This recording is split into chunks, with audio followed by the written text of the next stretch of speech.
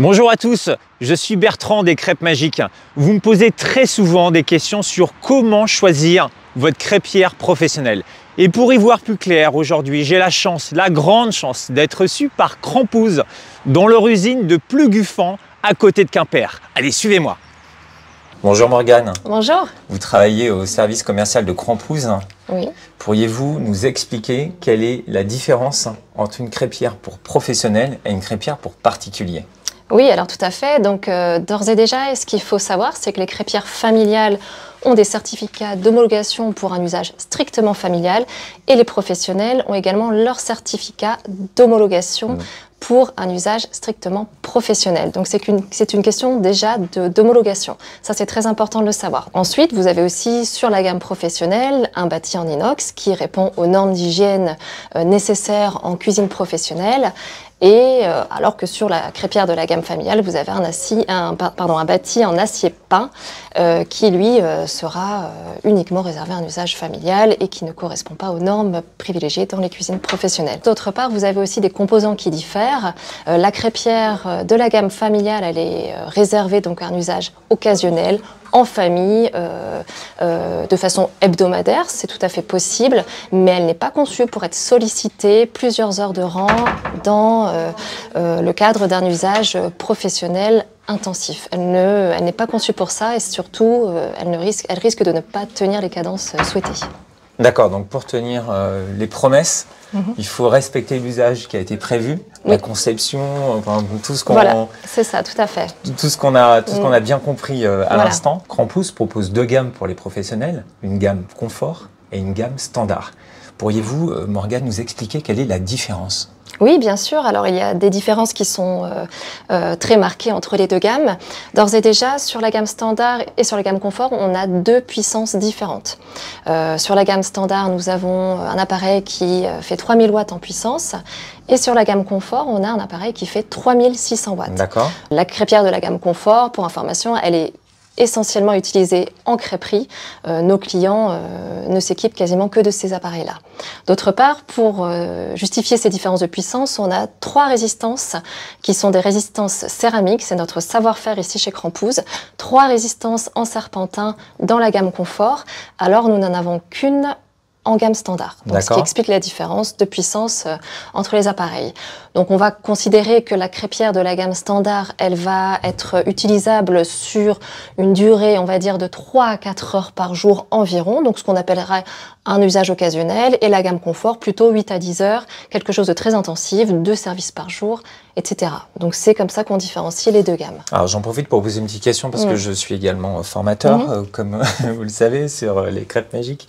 Et j'ai beaucoup de porteurs de projets, de futurs professionnels qui souhaitent acquérir une crêpière standard pour un usage intensif. Est-ce qu'il y a un vrai risque ou finalement c'est la même chose? Enfin, on a du mal à y voir plus clair là-dessus.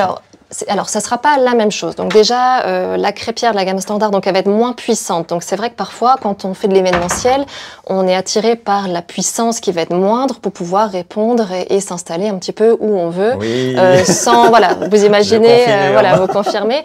Donc là-dessus, on comprend tout à fait que même avec un usage intensif, certains crêpiers professionnels préfèrent aller vers la gamme standard. On ne peut pas parler de risque, mais ce que l'on peut dire, c'est que si vous utilisez votre crêpière de la gamme standard de façon plus intensive que ce pourquoi elle est prévue, il y a des composants qui, au bout d'un certain temps, peuvent lâcher peut-être un petit peu plus rapidement, comme le thermostat, le coupe-circuit, puisqu'elle sera trop sollicitée pour l'usage pour lequel elle est prévue initialement. D'accord. Bon, écoutez, c'est très clair. Y a-t-il d'autres différences? Je crois qu'il y a des petites choses quand même, ne serait-ce qu'esthétiquement. Voilà, esthétiquement parlant, on a une différence. Celle-ci, traditionnellement, donc c'est la gamme confort, on l'appelle l'étanche chez Crampouze. Pourquoi on l'appelle l'étanche? Puisque comme vous le voyez ici, il n'y a pas de jour entre le bâti et la plaque. Ça permet d'éviter d'avoir justement les résidus de crêpes qui vont venir se glisser à l'intérieur, comme vous l'avez effectivement sur la gamme standard. Ça, c'est vraiment une des différences majeures et c'est pour ça qu'elles sont différentes en termes d'aspect. D'accord. Au niveau de l'aération, sur cette crêpière de la gamme confort, les petites alvéoles que vous trouvez ici sous le rebord permettent la ventilation de l'appareil.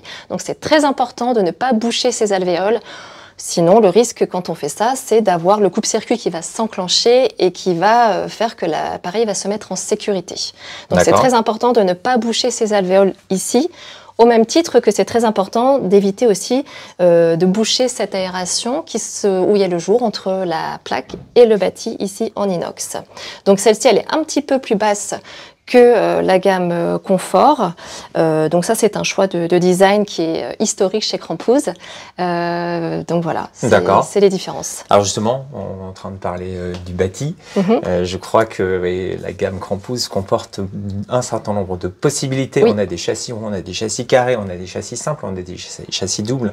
Qu'est-ce que vous nous conseillez? Quels sont les cas d'usage pour préférer une option plutôt qu'une autre? Alors ça, c'est vraiment propre à chaque crêpier et surtout à chaque installation en crêperie ou chaque usage. Il est difficile de conseiller plus l'un que l'autre. C'est très personnel comme choix. On a donc les châssis carrés simples qui peuvent être utilisés lorsque l'on a déjà par exemple un ensemble double et si on veut une troisième pour l'accoler, pour faire un bel ensemble avec un plan de travail bien propre. Donc c'est plus une question d'hygiène.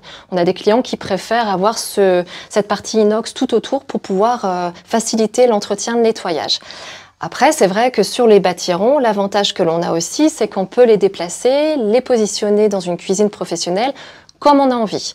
C'est moins lourd aussi à déplacer, par exemple, si vous prenez 2 bâtirons plutôt qu'une crêpière double en inox qui, en termes de poids et d'ergonomie, quand on a besoin de les transporter, si on a un métier d'ambulant, peut vite être un petit peu plus compliqué en termes de poids. Donc c'est là qu'on va plutôt considérer que les crêpières sur bâtiron vont être plus adaptées. D'accord. Voilà. En termes de budget aussi, c'est vrai que lorsque vous prenez une crêpière sur châssis, il y a plus de matière, plus d'inox. Donc en termes de budget, forcément, on sera sur des prix un petit peu plus élevés aussi. Alors tout à l'heure, vous parliez de châssis avec une crêpière ou bien avec 2 crêpières. Est-ce que vous avez des conseils également à nous donner? Alors, on ne va pas tant parler de la forme, si c'est rond ou si c'est carré, mais plutôt si c'est simple ou si c'est double.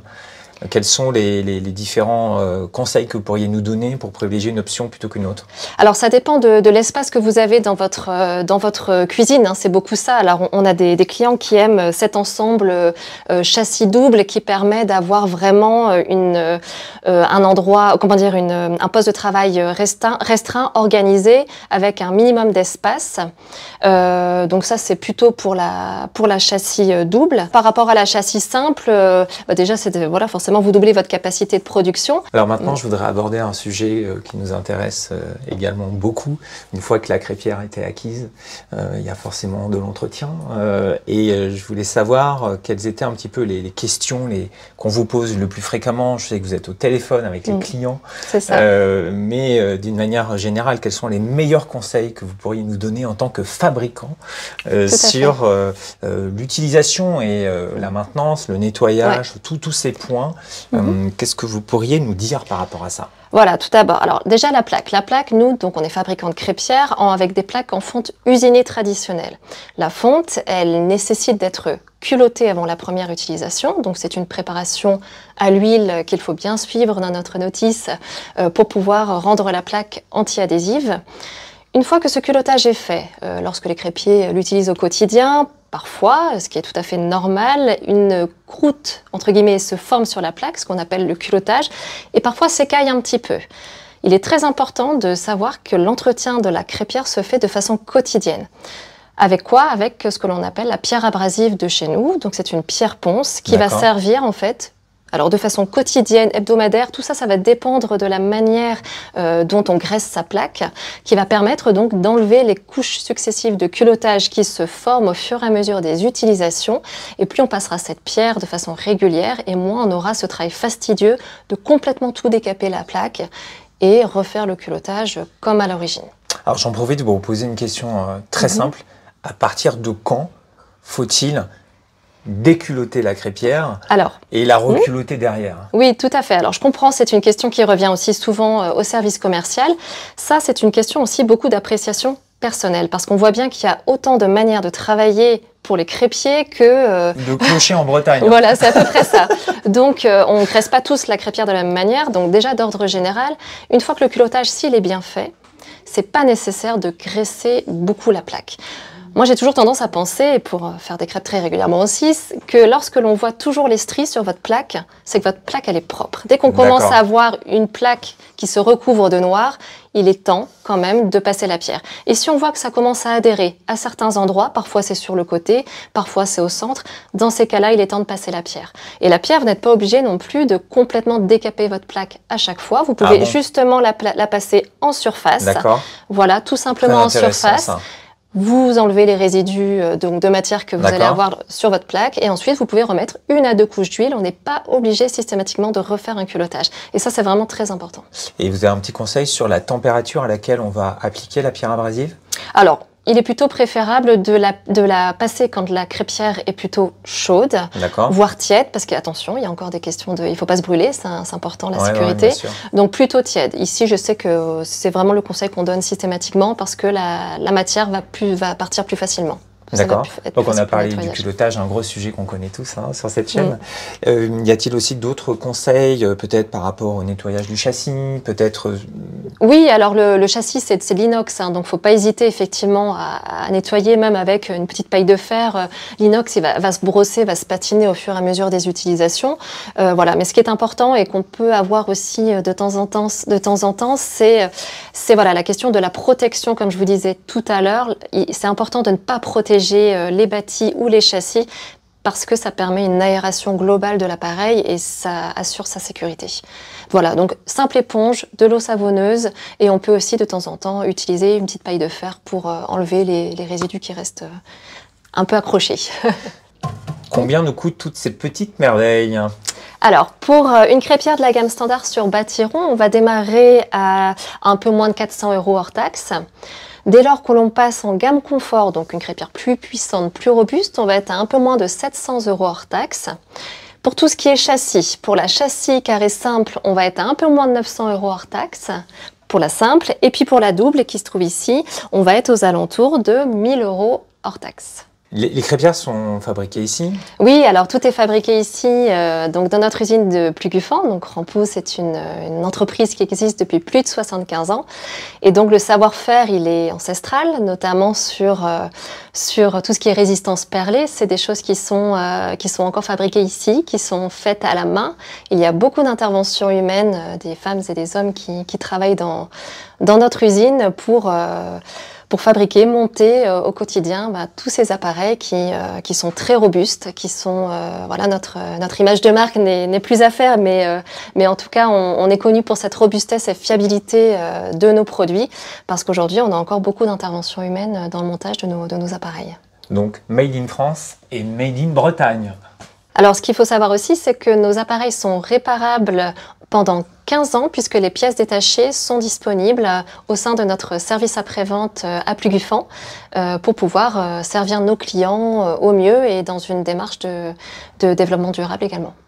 Et ça, je peux vous dire, c'est une excellente nouvelle, c'est extrêmement rassurant lorsque vous investissez dans du matériel, c'est de savoir que durablement, il va pouvoir vous rendre tous les services que vous attendez. Eh bien Morgane, merci beaucoup pour toutes ces informations. Je vous donne rendez-vous la semaine prochaine, ici même, et nous allons parler des crêpières professionnelles gaz. Salut!